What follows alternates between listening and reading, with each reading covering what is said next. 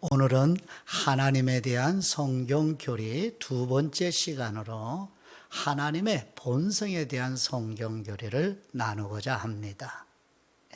하나님의 본성에 대한 성경교리. 먼저 지난주에 나누었던 내용을 다시 한번 되새기면서 가도록 합니다. 첫 번째, 하나님은 성령님의 영감으로 기록된 성경에 무슨 내용을 기록하게 하셨나요? 한 문장으로 다시 한번 정리해 봅니다. 성경은 하나님께서 죄를 지은 인간을 예수 그리스도의 십자가 사역을 통해 성령님의 능력으로 구속하시는 계시의 책입니다. 동그라미 1번에서 6번까지의 성경교리의 내용에다가 7번째 교회에 대한 성경교리, 8번째 종말에 대한 성경교리, 이렇게 이루어져 있지요. 자, 그 다음 지난주에 살펴보았던 하나님에 대한 성경교리는 얼마나 중요한가요? 그래서 7가지로 정리를 했어요. 한번 다시 되새겨 볼까요? 첫 번째, 성경은 항상 하나님으로부터 시작합니다. 사람으로부터 시작하면 안 돼요. 자꾸 이 유혹을 받거든요. 그러나 성경대로, 성경이 하는 방식대로 항상 하나님으로부터 시작하는 저와 여러분이 되시기를 바라고요. 두 번째, 인간의 제일 되는 목적은 하나님을 영화롭게 하며 즐거워하는 것이지요. 그렇죠? 세 번째, 성경은 하나님의 존재를 논증하여 증명하지 않습니다.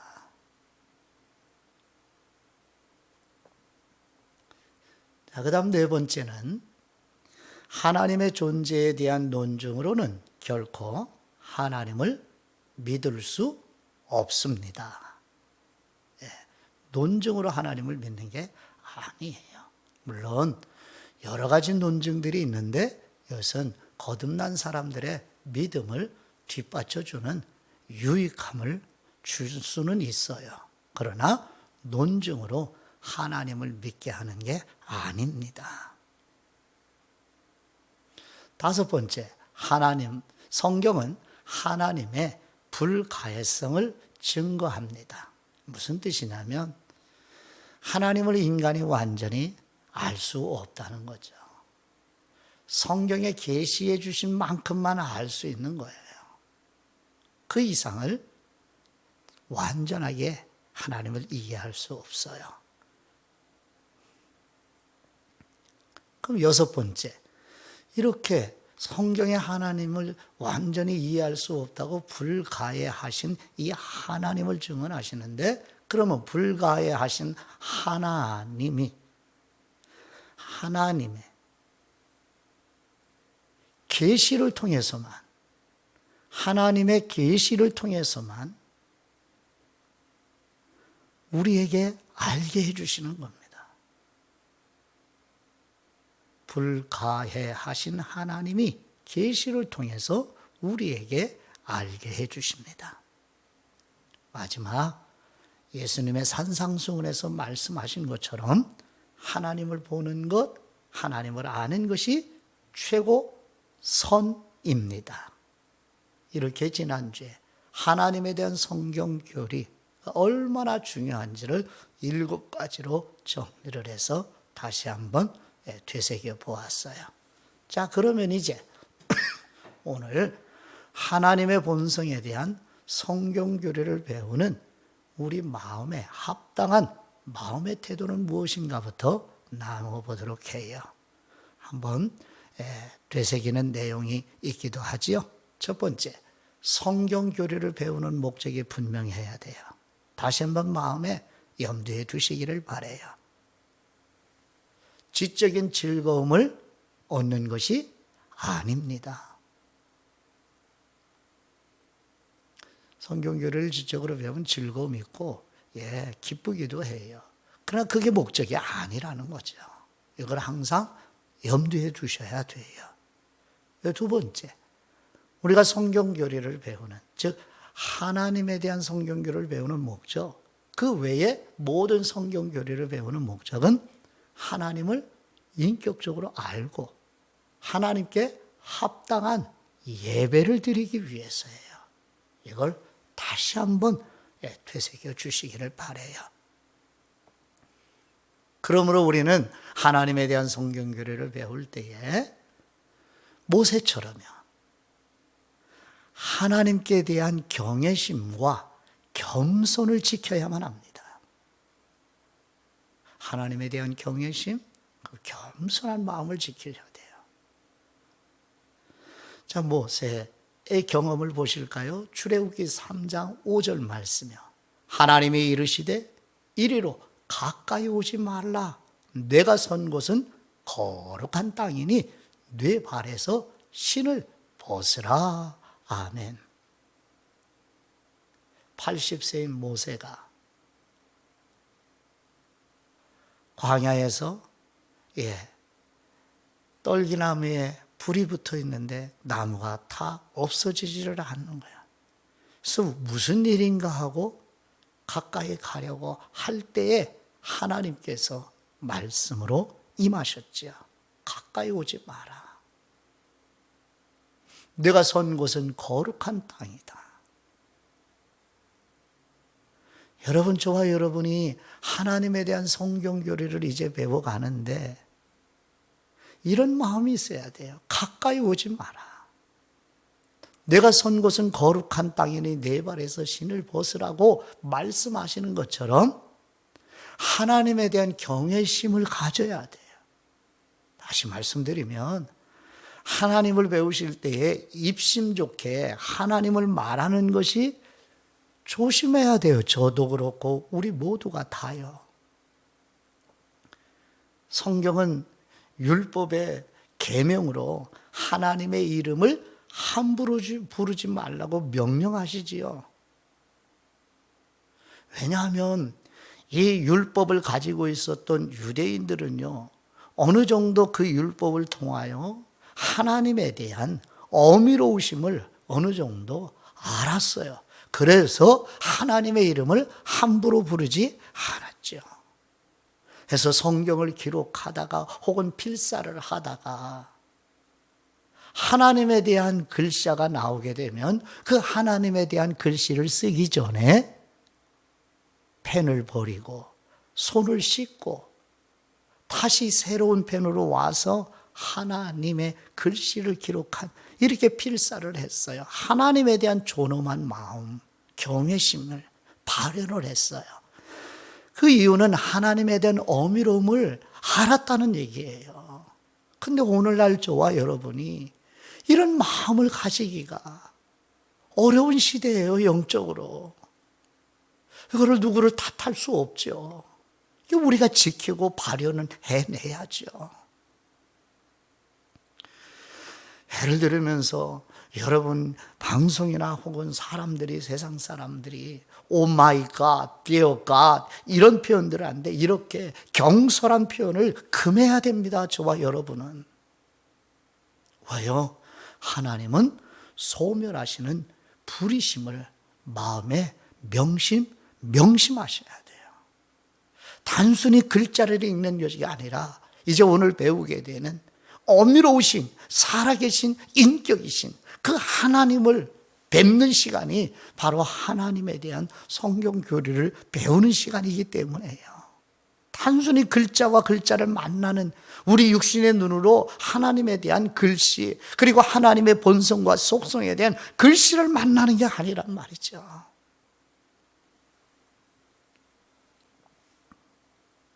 이제 오늘 첫 번째로 하나님에 대한 본성의 세 가지를 나눕니다.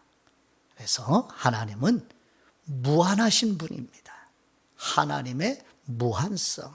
하나님은 무한하신 분입니다. 이게 하나님의 본성에 대한 첫 번째. 오늘 세 가지에 대해서 나누도록 해요. 이거를 무한하시다는 것을, 하나님의 무한하심을 이렇게 어떻게 표현할 길이 없어요. 왜? 우리는 무한을 경험하지를 못한 사람들이기 때문에요. 그래서 이것을 좀 더 우리에게, 우리 존재로 이해하기 쉽게 표현하는 게 부정적인 표현으로 사용할 수밖에 없어요. 그래서 첫 번째, 하나님은 유한하지 않으신 분입니다. 욥기서 11장 7절 말씀에서 9절 말씀까지 보시면, 뇌가 하나님의 오묘함을 어찌 능히 측량하며 전능자를 어찌 능히 완전히 알겠느냐. 하늘보다 높으시니 뇌가 무엇을 하겠으며 스올보다 깊으시니 뇌가 어찌 알겠느냐. 그분의 크심은 땅보다 길고 바다보다 넓으니라. 아멘. 하나님의 무한하심, 하나님의 그 크심과 기쁘심, 이 무한이에요. 어떻게 언어로, 우리 인간의 언어로 표현이 불가능한 거예요. 하나님의 무한하심은. 이 하나님이 무한하시다는 이 본성 안에는 모든 것의 원인이시라는 뜻이 담겨져 있고요.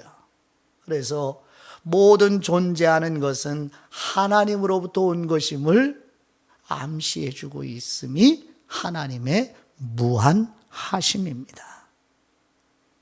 하나님의 무한하심은 하나님에게는 어떤 결핍이나 제한도 없으시다는 뜻입니다. 우리의 예배를 연락하시고 우리 거듭난 아버지의 자녀들의 기도를 들으시는, 찬송을 받으시는 하나님은 무한하신 분이라는 사실을 깊이 되새겨 가시는,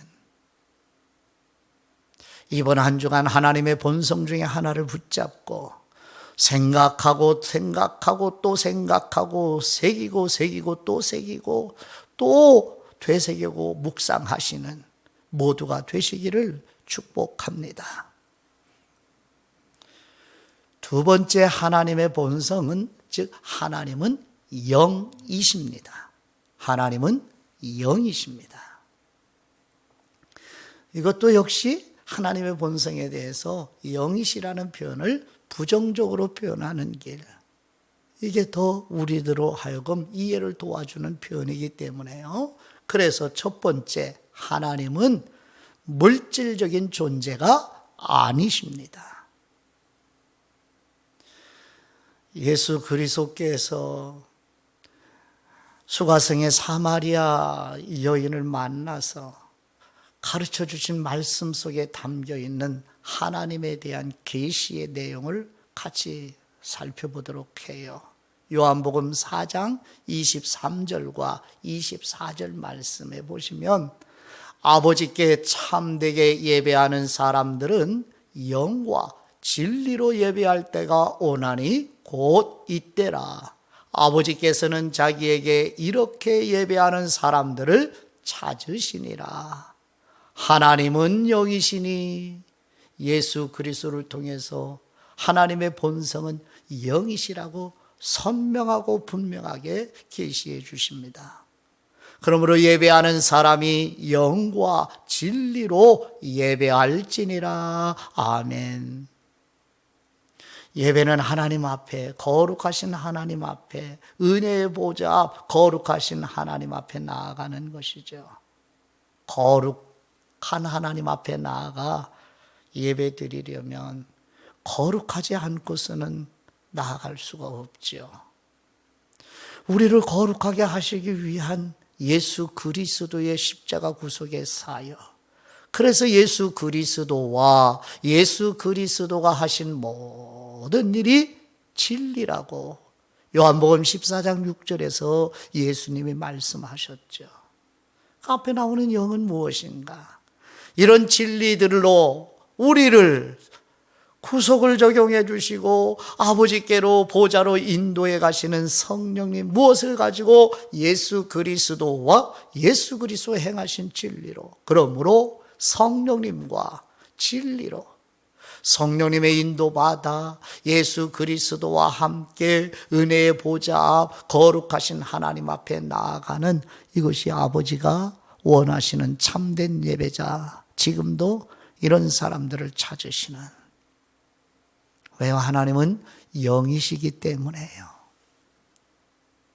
그러므로 우리 예배 드릴 때, 기도를 드릴 때, 찬송을 드릴 때 우리가 머리를 조아리고 눈을 감고 두 손을 모으고 하나님 앞에 기도하는 내용은 이런 진리들을 되새겨야 된다는 거예요. 지금 나는 누구와 함께 누구의 인도를 받아 어디로 가고 있는지를, 어디로 향하고 있는지, 누구를 향하고 있는지를 되새기는 것이 예배당에 들어오시면서